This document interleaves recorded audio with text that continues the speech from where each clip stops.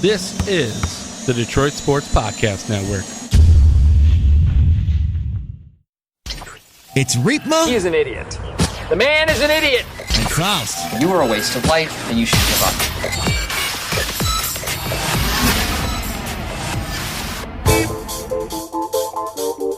Welcome to the program, Riepma and Faust, episode 126. I am Jake Riepma. He is Alexander C. Faust.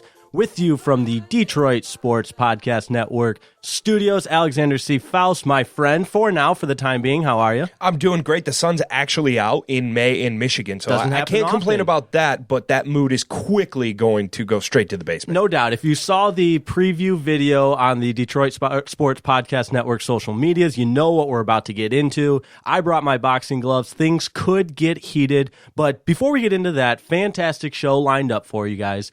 Great interview with Dan the Man Leach from 97.1 The Ticket. Dear friend of mine, great mentor for me over there at 97.1 The Ticket. And Faust, you and I were talking with John before we went on the air, and we covered all the bases in the interview. We had some laughs, of course, at my expense, which why not? We got into some Detroit sports stuff and also some good advice towards the end. So definitely stick around for the entire interview. It's rare that I say something is a must watch or a must listen, and obviously because it's a podcast, it's a must listen. But this really is. Thank you for specifying. Yes. Dan opens up a little bit about himself. He talks about the big four, the four main food groups of sports into the here in Detroit. Food groups and a little advice too. Yes, a little bit of advice. So if Don't be like me. If you love Dan, if you hate Dan, if you hate us, which you probably do, listen to this because you're going to get something out of it. We're staking our claim on it. It's a great interview, some great content for you guys. And it's very difficult to not like someone as optimistic and as hopeful as Dan. The guy has an infectious personality, and I think that comes through on the interviews. But before we get into the Dan Leach interview, which was recorded on Sunday, Mother's Day, happy Mother's Day to all the moms out there past Sunday. But since the time of Sunday when the interview was to now, a few things have happened in the great state of Michigan, most notably John Beilein making his way to the association. He'll be the new head coach for the Cleveland Cavaliers. Shocking. And then of course it has the shock value just because of the time of the year. It was unexpected. But then when you start to go through the layers of the decision, it makes sense. We're both in agreement with that. But here's where we disagree. Oh boy. The contributing factors to why John Beilein is leaving the University of Michigan and going to the NBA. I wrote about it on 97.1 The Ticket, and I'm going to get my claim out there. I know you're going to come at me. And we have a great friendship. It might end at this moment. You're a big Michigan fan. I have always said I'm not a fan of Michigan or Michigan State. Go Cats. But I absolutely love and respect John Beilein, admire what he did at that program. But I think there was a number of contributing factors to why he felt the time was right to leave and go to the NBA. And among them, not the, but among them, is the backseat that he and his program consistently took to an underachieving football program and Captain Khaki, Jim Harbaugh. I love you. I love you. You're one of my best friends. I appreciate that you can do this, but that is an absolute dog shit take. Yes. I will go to the grave saying it a dog shit take. It's a terrible take. Thank you. Because I don't even know where to start. You're rattled. I am rattled. You have me rattled. It takes a lot to rattle me in life. True. You get rattled easily. I do get rattled easily, and this is one of them. The fact that let's go to Florida. Billy Donovan, Urban Meyer. He took a back seat. This is major college football. He did not take a back seat to Harbaugh in terms of if you look at Chrysler being full, the love he got, the way they traveled.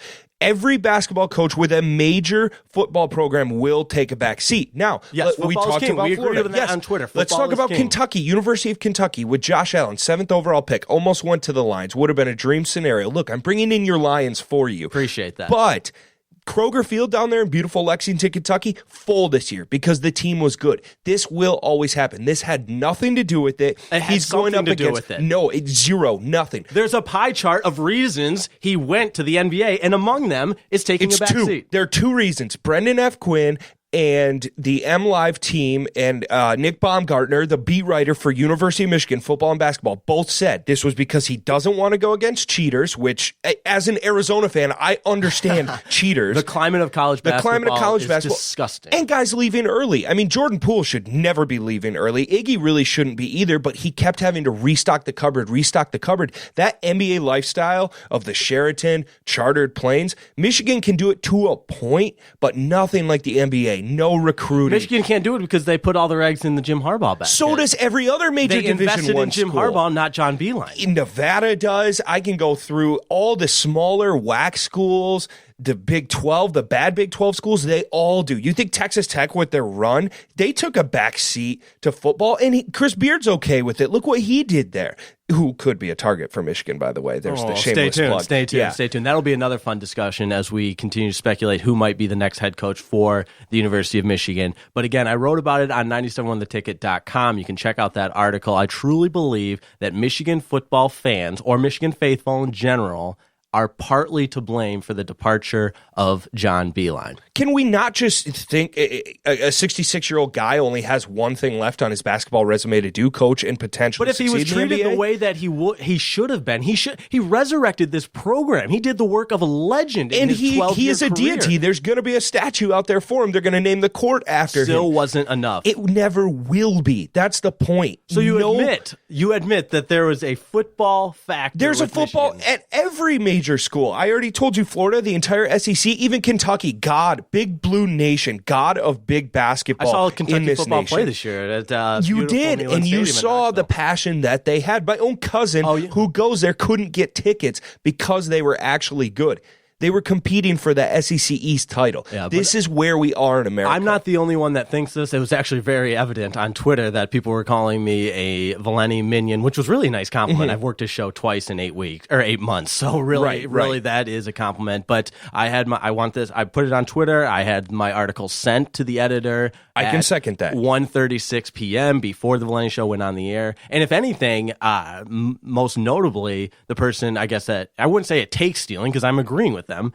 Jeff Rieger felt the same way. And you know how much I admire Jeff Rieger. Yeah, Jeff Rieger is a deity to us. He's a great man. He's great at what he does. But at the same time, I really don't think this contributed to him leaving. It could have been an annoyance. I'll give you that. But to actually up and leave. Now, one question I want to ask you that I think is eating both of us alive is the fact that he's going to Cleveland versus that flirting with the Pistons last year, another NBA team. Is that contributing to some of the angst in the area, including for you and I, and you not even a Michigan fan? A little bit. It definitely, we talked about this with some of the friends of the program about it just adding to that sickening feeling. When I read the headline, I was just instantly shocked and had that sickening feeling. And then when you continue reading, he's going to Cleveland, that's just kind of the salt in the wound. So it really is. And do I see Cleveland winning, being successful? We'll find out tonight. We'll find out tonight. But still, even with that, what is the ceiling for them? They're not going to beat Milwaukee. They're not better than Boston. Why didn't Beilein wait until after the draft lottery? I mean, it would have been the difference of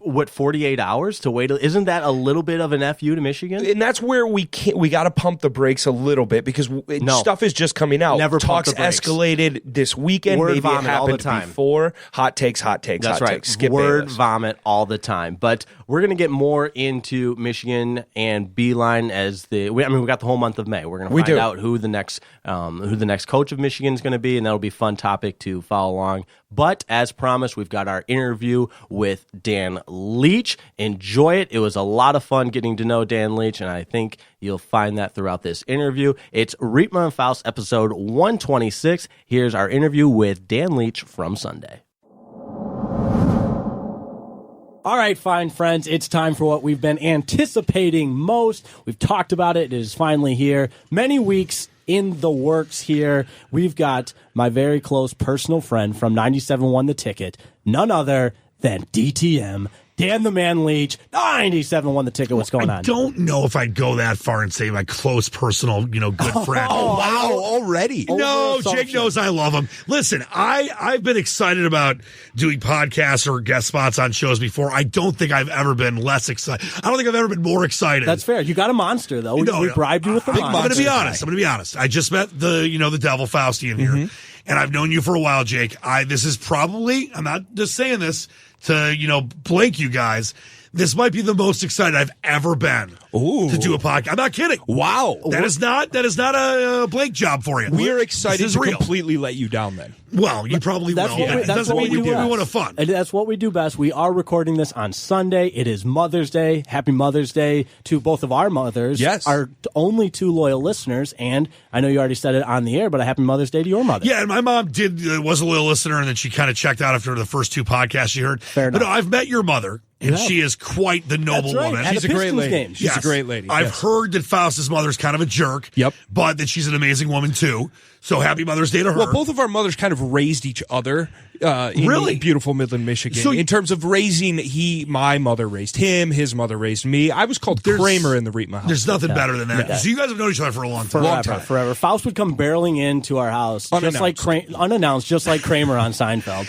Hey, was there audience applause? It wasn't really audience applause. It was more of a groan, but there was a plate for me. There was a plate for me, like a booing. And if I may say, I just actually talked to my mom before we started doing this. Without my mother, and we all know without our moms in general, physically we couldn't be born unless there's some man baby out there. But my mom has been a huge part of not just obviously my life, but my broadcasting career. And it seems like your moms are very similar in that way. Supportive. My mom has come to, games I was calling in college. She drove to Toledo to see me do the Mid-American Conference tournament when I was like a sophomore in college. She made me the Super Bowl in Phoenix when I covered it on Radio Row. I think that moms, especially in the field that we're in broadcasting and obviously in sports as well, they're just a driving force. So I can't thank my mom enough. And all the wonderful moms out there, hopefully some listening right now, aside from your two. We are pro-mom podcast. I hear you guys demo really well with moms. Pro-mom podcast. But it's Riepma and Faust. It's episode 126. Dan Leach from 97.1 The Ticket. Wait, so there's been 125 episodes of this? Yes. Jeez. I know, hard to believe we haven't given up yet. I wish you could see how we started in a basement, hanging blankets from a ceiling just to make the sound a little better. I heard you guys started a van down by the river. It was a basement. Pretty much. Roughly the same thing. We've done episodes just to be able to record them when Faust was traveling for work. He called me from the airplane because we had to have our episode turned in to we're circling Detroit Metro, and because we couldn't land for some reason, baby. DTW. So I'm sitting in first class, not a big deal. Sick Go brag, ahead. Yep, dude. sick brag, not a big deal. Sitting in first class, Snapchat called and we did the first segment of the show. I mean, name another podcast that's doing it live over DTW. Dedication. Yeah, that's what we do. You can't find one. I would say maybe Joe Rogan. Oh, that's probably it. Or did he think he was? And he was on some. No one has mushrooms or ever something. Snapchat called in from a plane in a podcast. We like Great that. audio It's quality. history. Great Yeah, it's audio history. quality. But Faust, I promised you could ask the first question to our guest, Dan the To a Man celebrity. Leach, because true celebrity. True celebrity. A beloved individual. No doubt, especially in these parts. But I have People have told me I've saved their life before, so I mean, it's a pretty big deal. That is a big deal. The privilege and the pleasure of working with Dan regularly at 97 The One, The Ticket. 97 The One, what are you, Wojo? 97 The One. We start talking to each other in Wojoisms. Comerica's Park, Daniel. Yeah, I told him, by the way, That's a tribute. That's a tribute. I was giving him some feedback for your guys' feedback. The previous 120 episodes I listened to. And I listened to a few of them, and I said, no more Comerica's Park. We can't. It's Wojo's fault. We can't. I mean, it's all I think. I think Comerica's Park. Wojo gets in trouble for saying Comerica's Does he really? Park. Oh, okay. Well, that means people are listening to him. Nobody's listening to us. So Except for our mothers. Listen, Except for our after mothers. the Leach episode That's airs, true, that's there's true. going to be a lot of people. We're going to have that skyrocketing. bump in the data. So what is this first sizzling question? I've been waiting to ask this. Yes, I am bisexual. Okay. Congratulations. Perfect. Well, we're going to have a really good time now. Turn the lights out. All right. We'll edit that. We talked about Jake produces your show very often. You work together a lot. Yeah, we luckily do get to work together Yes. a lot. What is the dumbest thing he's done producing your show? That's all I want. How I want long Jake is this Riepma podcast? mistakes. We got all the time in the That's a world. good one. Oh, Let's yeah, do it. yeah. 2 All right. hours. Jake's so dumb. No, okay, listen, full disclosure. Jake is a great chap. I love him. He really is, and I just met you, but I can already tell I love you too. Good. Jake, is a passionate guy. He loves sports. He loves this business. He wants to be successful. So that, I'm just kind of giving him a little pub here That's before great, I rip but him down. it's great to want to, but you got to actually be able listen, to. Which is where I struggle. Jake is not bad by any means, but you start. He said it today. Yeah. when I love it comes to running my shows, and listen, we've done Jake, you and I have talked about this. We've done a lot of great shows together, a lot of shows that have been funny, a lot of shows that have been serious and heartfelt, and a lot of shows during some breaking news, which are very important shows to do.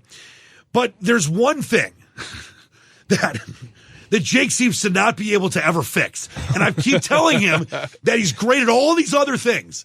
And that if he can just become the best producer he could be, that everything else will come. You know where they didn't teach me how to produce? At Northwestern McGill School for $50,000 Did you go there? Yeah. Fun fact about me: I went to the Medill School. How much you spent on that? $500,000 a year? Not enough. Not enough. But so Jake does all these great things, comes up with great topics, and I do a bunch of games on my show. I do these things called The List, or Are You Smarter Than Dan Leach, or Leach versus List, all these different things that Jake does a great job on.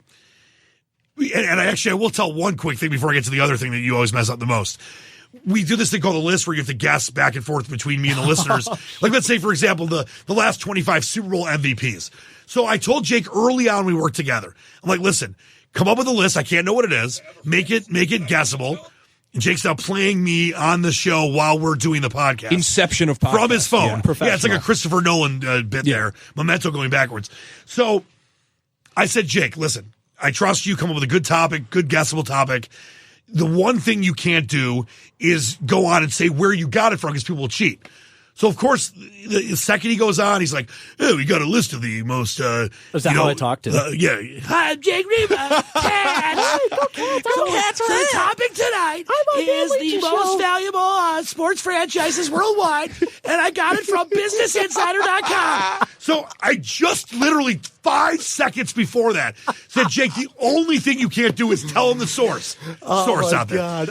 But that seems like a Northwestern thing. that's Source what I your said. word. That's what he said. He's like, it's Big J. He told me to say my sources. I'm a Big J. I'm like, Jake, I get it, but I just told you not to do that. But I wish we got to give a visual because it was. I mean, as soon as I said it, and the look on Did you your walk face, out of the studio? I would have kicked him out. I I never should get have. mad You like guys should that. have a penalty box there. We really probably should. Actually, what we should have is we should have like some kind of like not like an actual stick, but we should have like some kind of blow up stick where I can just bang him on the head. Oh, yeah. Because I don't want to hurt the guy. Right, like a shot. I'm not a collar. violent person. No, some kind of shot. But I never collar or really, something. Faust, I never get mad. So, I mean, you should have seen the look. It was a bad look.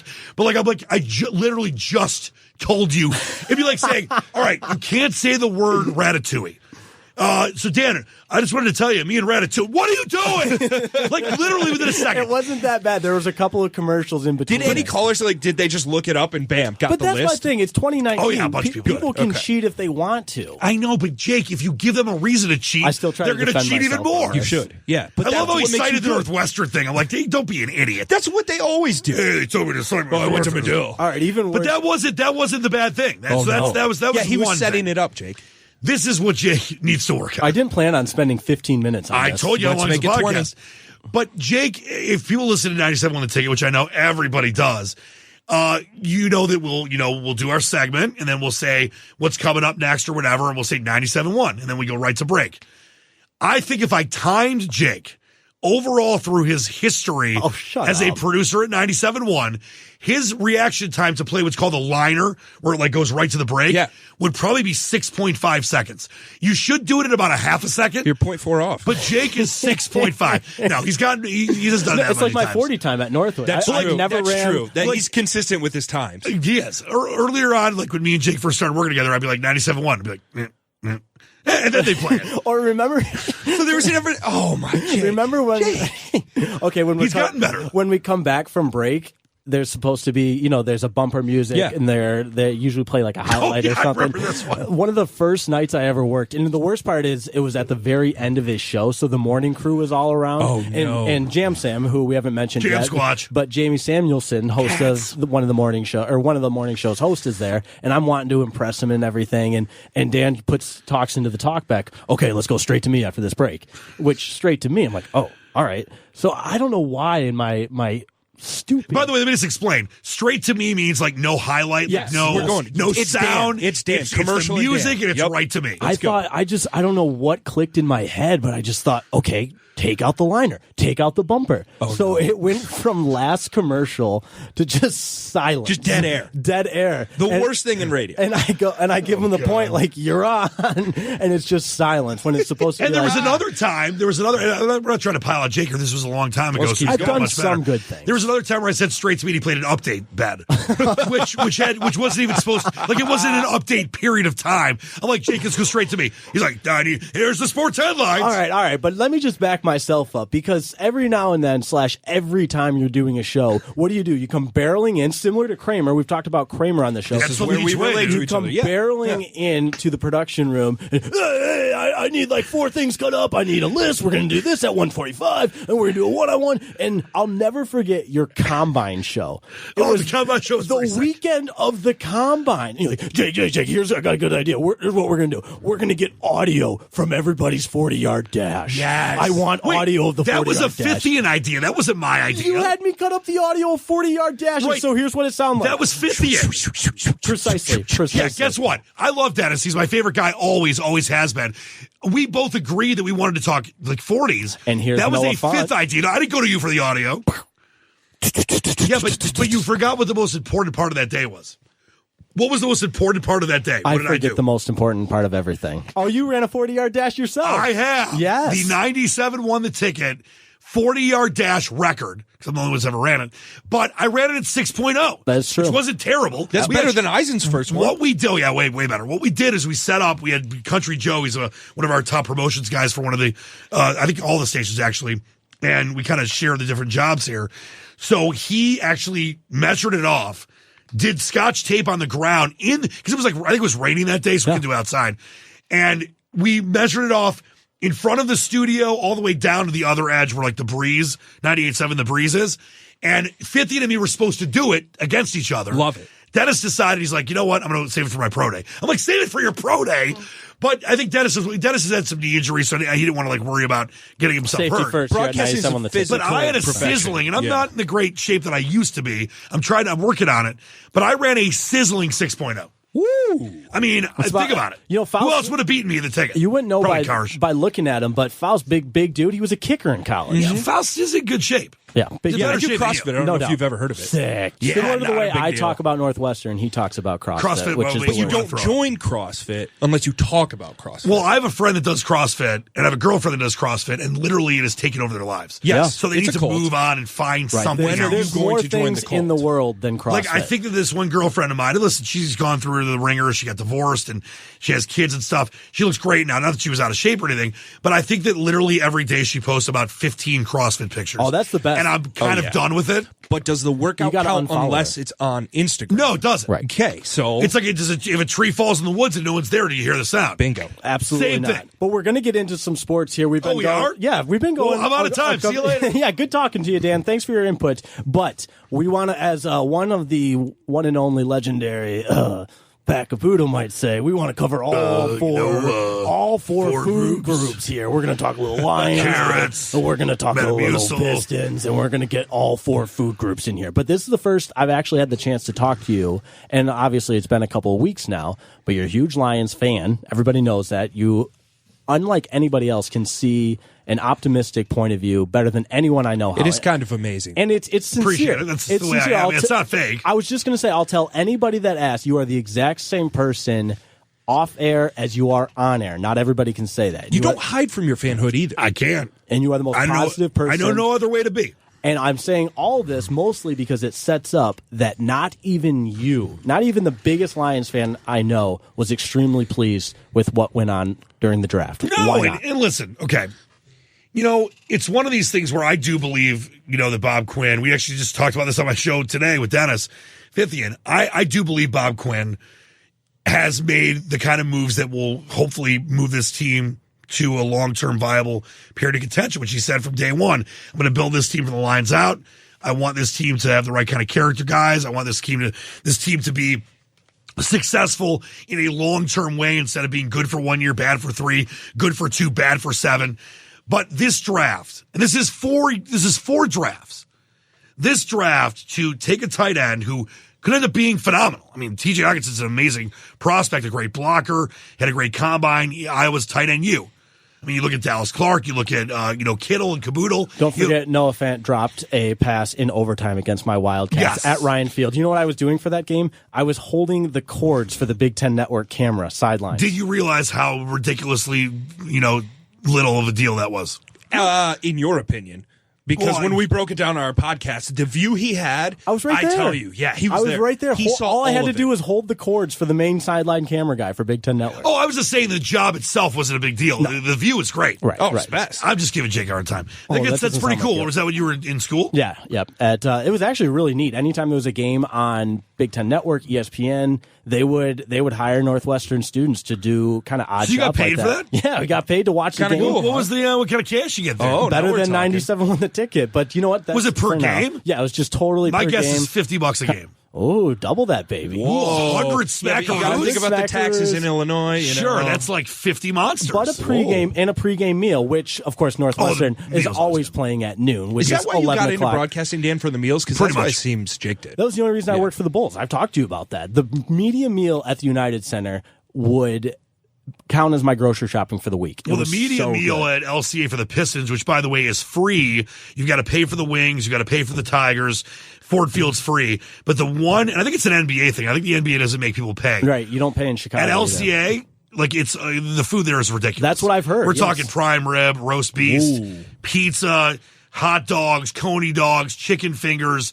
Sometimes you have like fine tenderloin. They've always got like a chicken dish and vegetables and stuffed chicken. It's crazy. Yeah, I would always ask Sick. people the important questions that were traveling with the media, where the best place to eat was outside of the United Center as far as NBA media meals, and LCA came up Sure. consistently. The best is when I was on the road calling Detroit Titans games and I had a per diem because I could go get my crab legs and my Oh, oysters. yeah, the per I diem never was made nice. them pay for like I would always spend a reasonable amount of money. I think that I got like, I don't know, $40, whatever it was. But if I went and wanted to get like lobster, I would just pay extra myself. It was the greatest. Like when I was in Rhode Island, I had to get, lobster.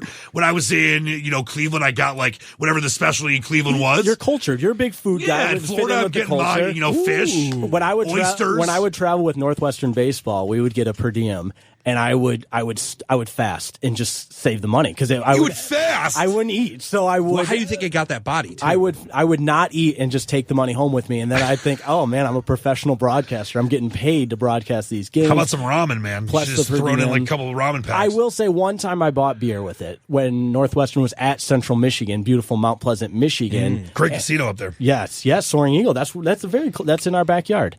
But all right, back to So sports. back to my point about the Lions.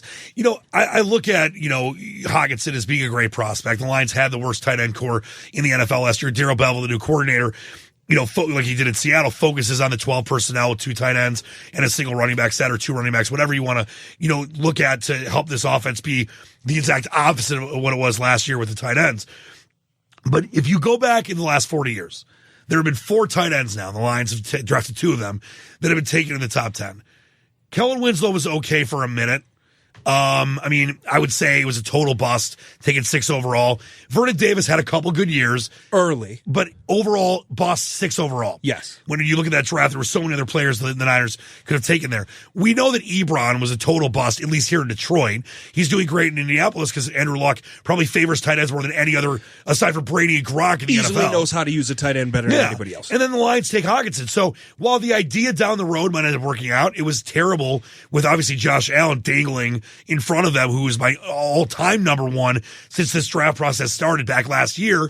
And obviously the Jags ended up snatching him up. Then in the second round, and I know that Bob Quinn will say, Patriots loved him, other teams zeroing in on him. When you take Hawaii 5-0 Jelani Tavai, who most people didn't even have a draft profile on. ESPN didn't have anything. Yeah. They didn't have video on him. 80 to 90 or 100 spots higher than you could have gotten him allegedly. It makes you look like you're not having a good draft. That being said, and once again, I am still all in with Bob Quinn. This is the year, though, where that could change.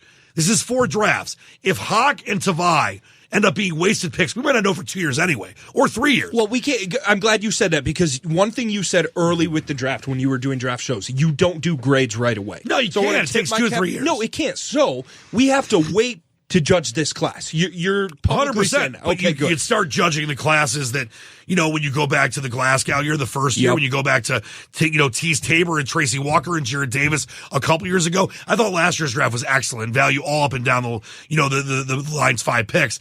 So it's about in year 4 making decisions that will set you up for the future. And while Hawk and Tavai, and I love the third round on Will Harris and Oruwariye. He might be the steal of the draft. I love what they did, and Austin Bryant from Clemson, defensive end.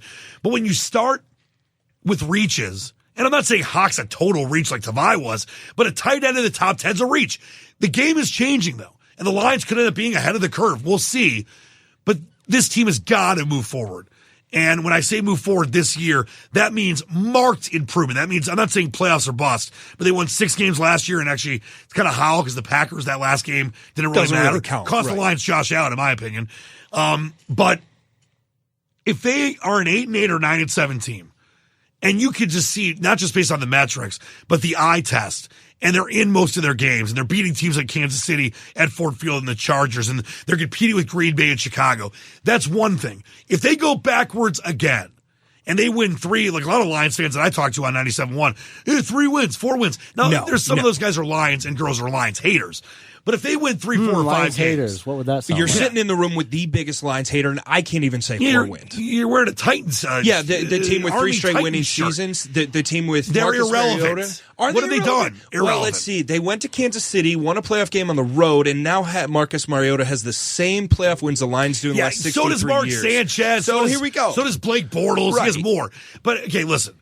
This has got to be a year of marked improvement. Teams got to go forward. They got to buy into Patricia. There's no more excuses. He's got his own coordinators, which is weird that he waited on Jim Bob Cooter to fire him. Quinn's got his own coach. So all this is on the table. We know that it's, back when I was a kid, and I'm obviously a little older and wiser than you guys, the Chuck Noll and Tom Landry era, Bill Cowher, whatever. You could have bad years. You were given time, 5-6 years sometimes. You had Thomas Sula. You had Steve Wilkes last year. Get fired in 1 season. If Kitchens, let's say Kitchens in Cleveland, Cook in the Kitchens, has a bad year with all their expectations, maybe he gets fired. So you don't have the kind of time you used to. But you do have a GM that's been here for 4 years. He hired his guy. If they go backwards, there's a lot of trouble in paradise. I don't see that happening. I think this team will move forward. I'm still a Stafford guy. This is probably the last chance for him to prove to me this year with a new offense and having a legit running game, having an offensive line that's worth its salt, having tight ends, that if he doesn't completely rebound and have a comeback year, I'm not saying like comeback player of the year, but pretty close to that, then I might be off the Stafford train too. And then if you know that I'm off of that, and I'm off of Quinn, and I believe the Lions are going backwards, then this team is in big trouble. Because I am, like Jake said, there's really no one as hopeful, and sometimes it's at my own detriment, or as in belief that the Lions are moving forward, at least it works here, than me. And that could be, I could end up looking like a genius or an absolute moron. Either way, I am a moron, but that's part of the charm. But no, I really do believe the Lions are building talent, signing free agents like Trey Flowers and Coleman and Jesse James, drafting guys like Glasgow and Ashawn Robinson and Deshaun Hand, and obviously Kerryon Johnson and Galladay and many others. I believe this team has got more talent and set up for the future better than they've been probably since the Wayne Fontes era. And I could end up looking like a moron when I say that, or I could be right. And we'll see in the next, I say, year or two if I'm right or not. Well, and quickly, before Jake asks the question here, you put the Wayne Fontes era over the Bobby Ross era. 100%. Okay. They went to the playoffs 4 or 5 years. It was the NFC title game. They had Barry Sanders, best running back ever, pure running back ever. And actually, this brings me to another point, Jake. So Dan talks about if the team is close, right? We know the NFL, all three of us, very well. Close games are the NFL. That's part of the appeal to the NFL. Especially in this era of parity in the last 20 years. So if they go 9-7 in a very tough division, which could be 3rd or 4th place, is that a step forward to Dan? 100%. Good question. 100%. Okay. And that's the thing. It's okay, listen.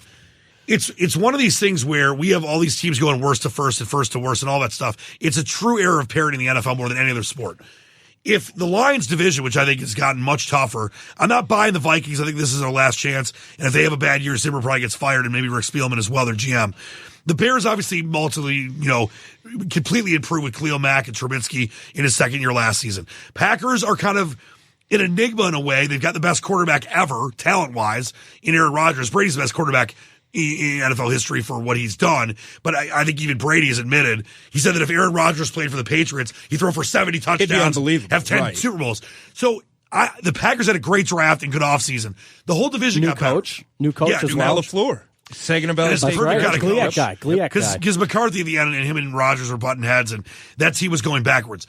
So the division's gotten better. But if the Lions go 8-8, now a strong 8-8, or 9-7, miss the playoffs, even if they finish 3rd or 4th, in the NFC North, but you can just see that they are ready to take that huge step forward. The way Seattle was early on with Pete Carroll, the way that Pittsburgh was early on with Mike Tomlin.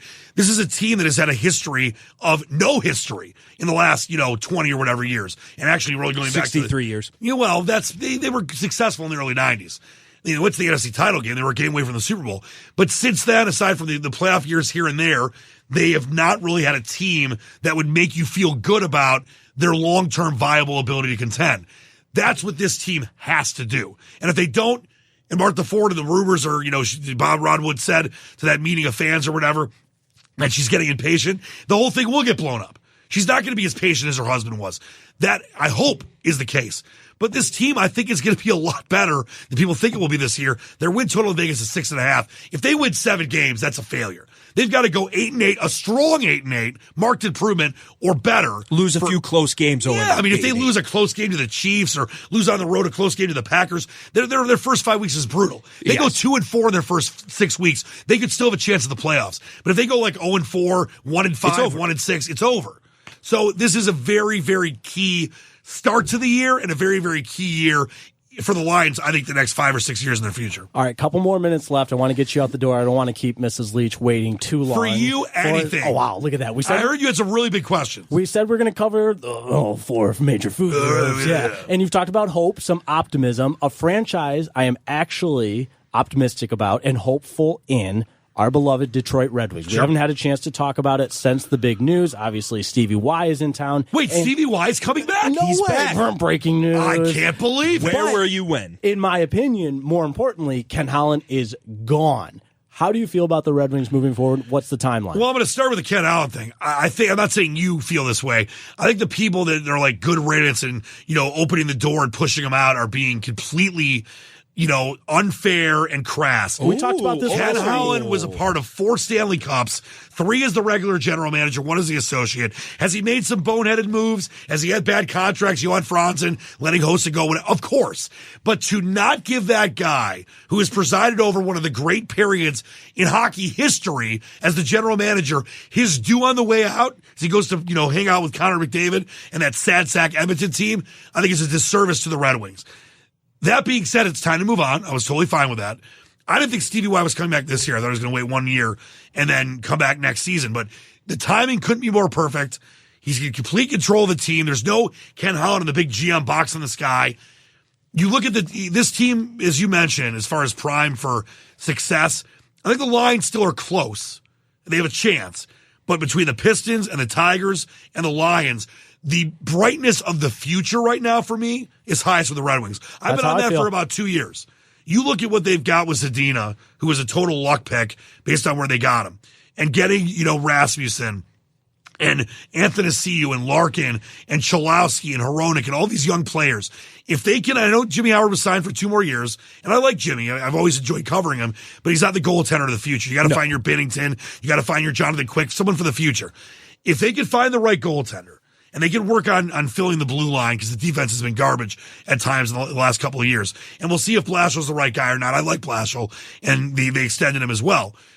I think this Red Wings team in 2 seasons, 1 more this year and 1 more, going into 2021, 2022, can not just be a contender in the East, but could be possibly a contender for the Stanley Cup. Whoa. If this team has the kind of talent I believe they're building. They still have draft picks. We'll see what they do this year. They're not going to get Kakko or Jack Hughes, I don't think, but unless some teams are crazy. It'd have to be a miracle. Yeah. There's no way it's going to happen. They're going 1 and 2. Wings fans should be rooting for San Jose because, as we talked about on your show today, because of the Nyquist trade, if San Jose reaches the Stanley Cup Finals, that conditional pick becomes a second round pick. But with Stevie Y and the track record he's proved in Tampa Bay and what he means to the city, and I've always done things with Team Canada as the executive there for their Olympics and other runs they've gone on in international hockey.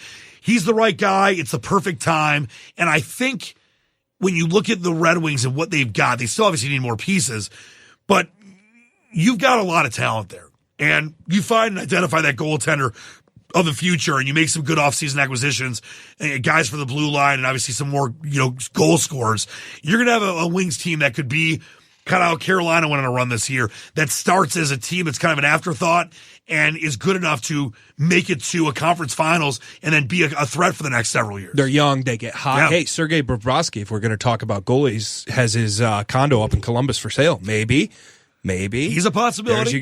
There you go. Let's start spreading that rumor right Might now as well. on Start Riepma it and on. Faust. Yeah. But Faust, even to go further than that, I like a Bobrovsky, and you look at someone, obviously someone like Binnington that came out of nowhere and away for the St. Louis Blues, or for the why am I forgetting the team right now? No, the Blues. Bennington, because for the Blues. he replaced Jake Elliott, who at $5 million may be available as well. Yeah, this summer. but you've got. I think it's going to be someone off the radar. Because you look at hockey, and I'm not saying that Jonathan Quick and Corey Crawford came out of nowhere, but in a way they did, because it wasn't like they were looked at as the next big Ed Belfours, Grant Fears, Tuukka Rask, whatever. You've got to identify, and the Wings don't unfortunately have anyone really in the system right now. I know that there's people, I actually know that Tyler Parsons' father, he's in the Flame system.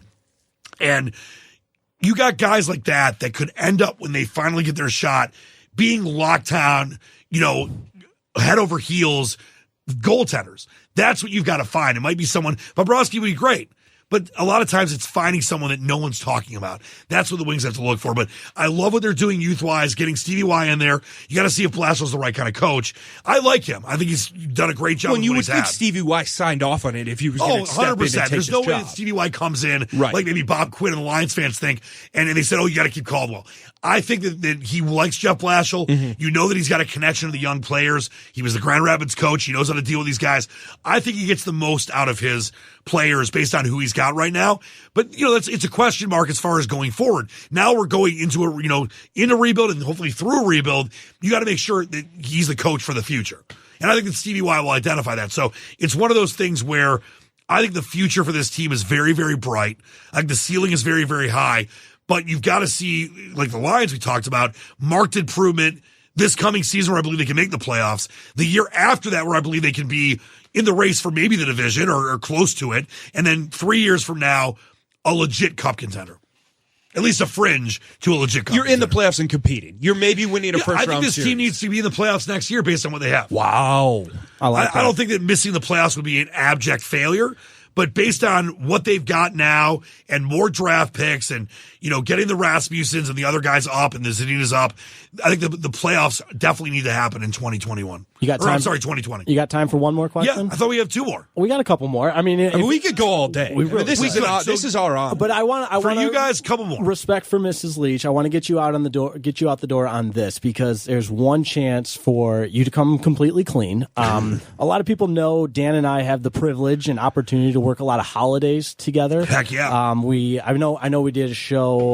My first day here was like Memorial Day and Labor Day. It was a very emotional show. Yeah, absolutely. To honor the fallen. Absolutely. Also Christmas and so on and so forth. But Kwanzaa, Hanukkah. Yes, most notably Tu B'Shvat. Thanksgiving. And recall Thanksgiving 2018, an email went out to all Entercom employees requesting that the turkey be returned to its rightful spot. I know. First off, there was no email that was sent out. Yes, there was. I never saw an There email. was an email about a missing turkey, Yeah, and but- a rumor quickly spread around from our brother station, WWJ. By the way, let me back you up here.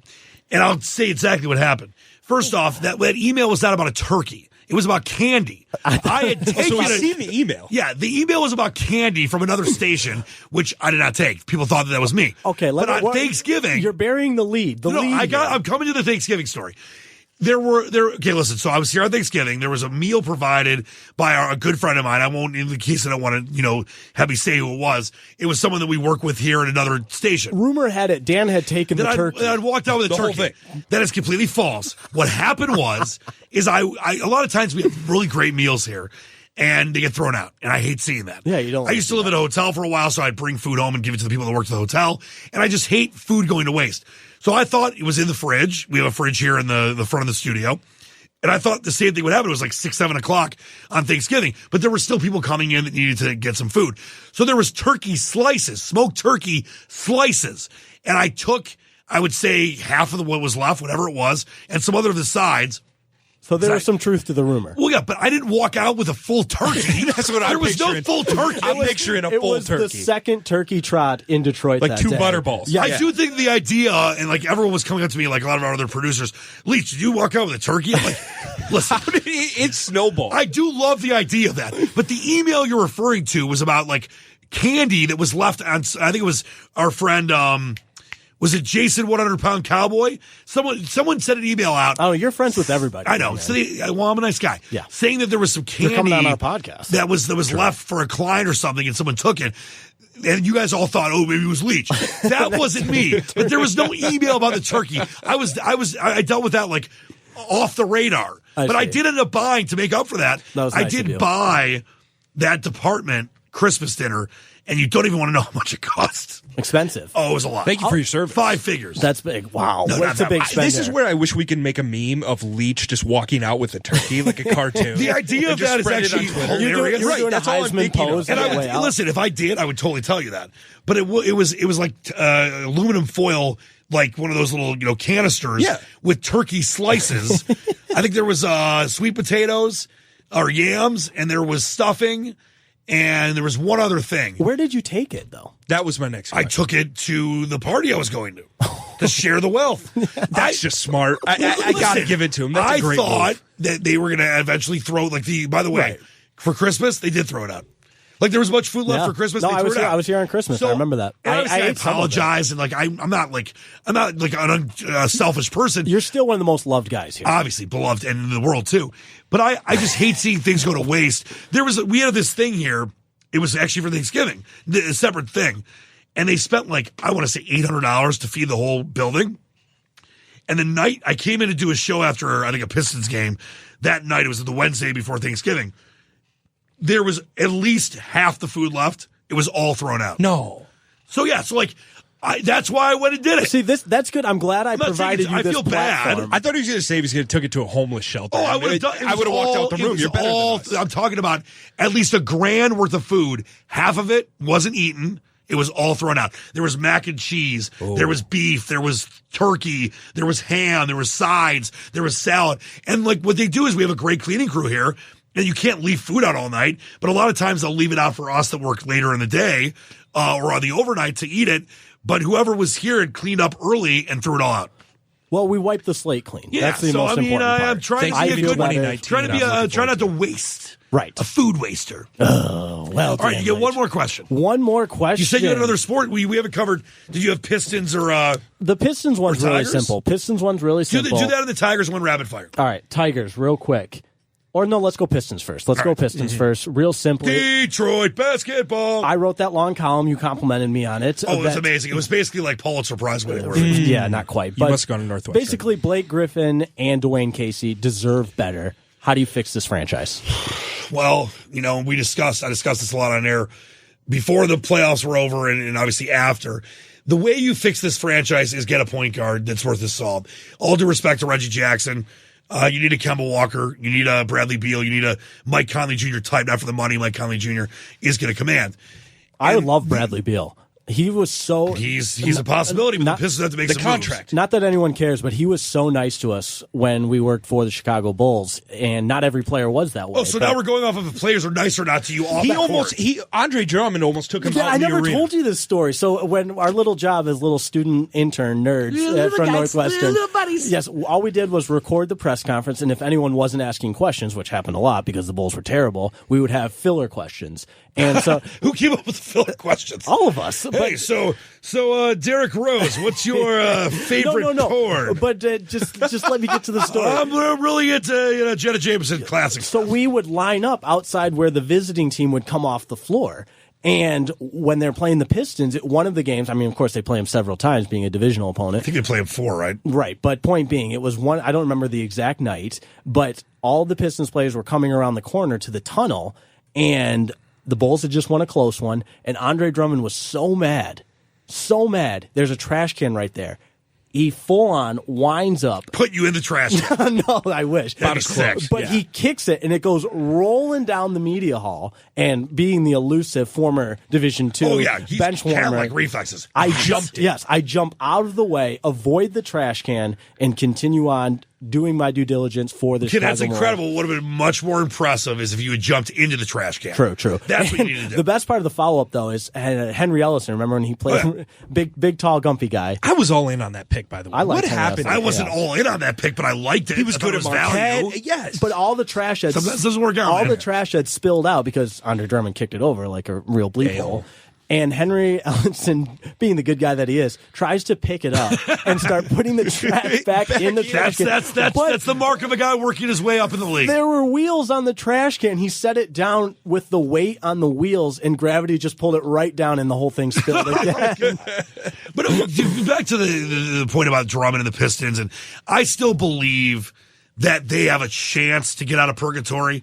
And I'm not giving up on Drummond. He's 25 years old. I mean, is he Marc Gasol? Is he, Anthony Davis? No, he'll never be that. But can he work on that mid-range game? Can he get better around the rims? Can he be a factor at a dying position in today's NBA? If he could start shooting the mid-range, sure. But Blake Griffin was getting mad after wins. I think that in the little time he's been in Detroit, a year and a half, he has become the face of Detroit sports, easily, aside from Matthew Stafford. And Cabrera is he's still there, but he's having issues right now power-wise. But I think Miguel Cabrera is going to be fine. That being said, you look at Dwayne Casey. He wasn't my first choice. Budenholzer was the Bucks coach, but he was right there like a 1B type thing. He's great. He's the anti-Stan Van Gundy. You look at Kennard. He's not Donovan Mitchell. He never will be, but he's becoming a factor. You've got to identify players like that in the draft. Look at the Warriors. Klay Thompson, Steph Curry, not top 5 picks. Draymond Green, 2nd-round pick. You've got to find guys that become maximizing of their talent. And you got to get the most out of players. You have to make a decision. The biggest decision right now, and he's Gora's boy, he said he won't trade Drummond or Griffin. You've got to let Ed Stefanski and Malik Rose, who I believe in. Yes. I've sat down with Malik Rose many times, and I like their ideas about the small moves, leading to big moves, and how they're going to get this team out of so-called purgatory. But you have Sammy Gelfand and Sasha Gupta, these two analytics guys. Gupta came over from the Warriors at kind of like a mini coup. Warriors were shocked he left. That's the way this game is right now. You've got to go to them and say, listen, whether it's Goras or, Stefanski, whatever they want to do, is Drummond the right guy for us right now? And if they say no, you've got to move on from him. If they say yes, we've got to get him this and that, and it makes this team. I pray that's not the answer. But that's the biggest question of the offseason. You've got to identify if you believe that Andre Drummond can help this team move forward. And if you do that, and you build around him and Blake, and you get that Kemba Walker type guard that makes the team better. You got to get rid of Reggie. No offense to Reggie. I like him as a player at times, but he's not right for this team. And you've got to obviously find ways to get some of the money off the books. You're negative $8 million in salary cap right now, even saving the $2 million with the Stanley Johnson and Reggie Bullock moves. And Thon Maker, Svi Malliuk, 21 years old. Thon was a former lottery pick. They are low risk, high possible reward. Absolutely. Guys. Those are what you need to do right now to lead to the bigger moves. You've got to find a way to get a big splash free agent, though. You're not getting Kevin Durant. You're not getting guys like that, Anthony Davis.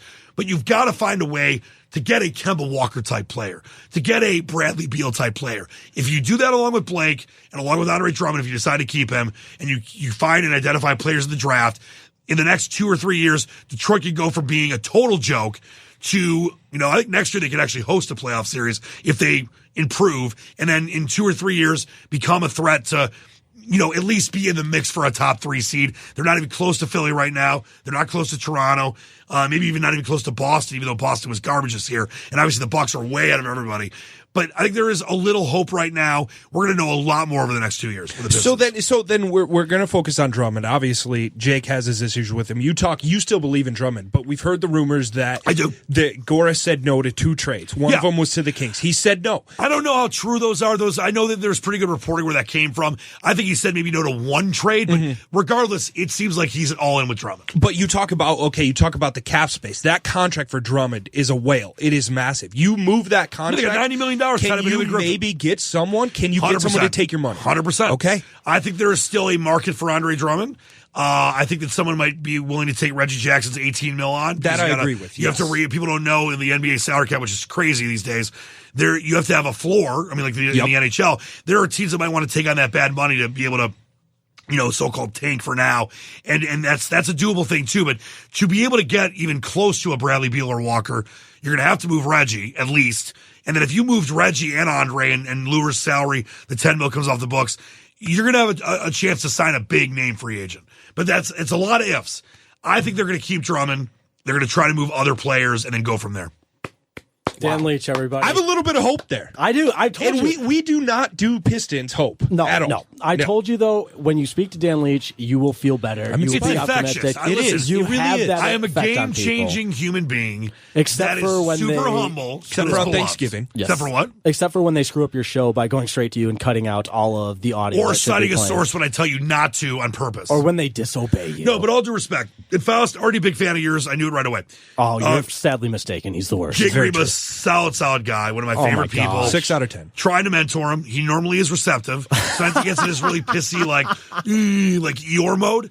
But I don't. very talented guy. No, sometimes I do. You guys are great together. Appreciate that, Dan. Always happy to do this with you guys down Yes, the road. this was a lot of fun. Nothing but the best. This will be by far the highest rated episode of Well, Faust there's and only Riepma. there's only one way to go with our show. Right. It's up. Well, yeah, when you go from 2 listeners to 10, That's big. That's a 4 times jump. That's big. I'm expecting Big math at guy. least 1,000 listeners minus 940. Hey. So I have big. Listen, when you start at 2 and you get to 60, that's a big jump. Huge. But no, it's a pleasure, guys, and for real, it's not an easy business to be in, as you guys both know.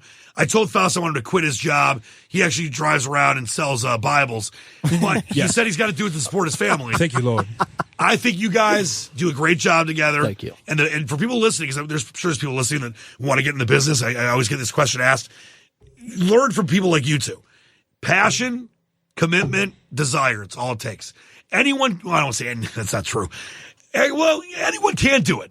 But the people that separate themselves from the others are people like you two that are working and doing podcasts, that are trying to get the best they can be, that have passion and want to be, voices for people to enjoy. So keep that going on. And I'll leave you with the famous words that Chris Berman gave me, one of my early heroes in broadcasting. I met him at the U.S. Open in '96 here at Oakland Hills. Write this down, Faust. Write it down. I said, Chris, I want to do what you do. I mean, you're a hero of mine. What advice can you give me? He said, be yourself, know the facts, and do whatever it takes. Be willing to do whatever it takes. There's your advice. Audio gold. Dan Leach, everybody. Thanks, Dan. Thanks, Dan. And my true honor. Our thanks to Dan Leach for a phenomenal interview. A lot of fun. We'll hope to have him on again at some point. As the man is he is who he is. I said it in the interview. He's the exact same person off there as he is on the air. He's always treated me really well and been a great mentor for me there at 97 The Ticket. Which is rare in the media, and it's great that he could open up. When you get someone with his infectious personality and optimism around the Lions, where I even say to you after the interview, man, he had me feeling good about the Lions, that's when you know it's something. It's really saying something. But that's our show, episode 126, number 2 with the Detroit Sports Podcast Network in the books. As always, our thanks to the DSP Network for all they do. Be sure to follow us on Twitter, on Facebook, Instagram, at Riepma Faust Show, and, of course, the show available wherever you get your podcasts, and, of course, DetroitSportsPodcast.com as well. For my broadcast partner, Alexander C. Faust, I am Jake Riepma. We'll talk to you next week, everyone.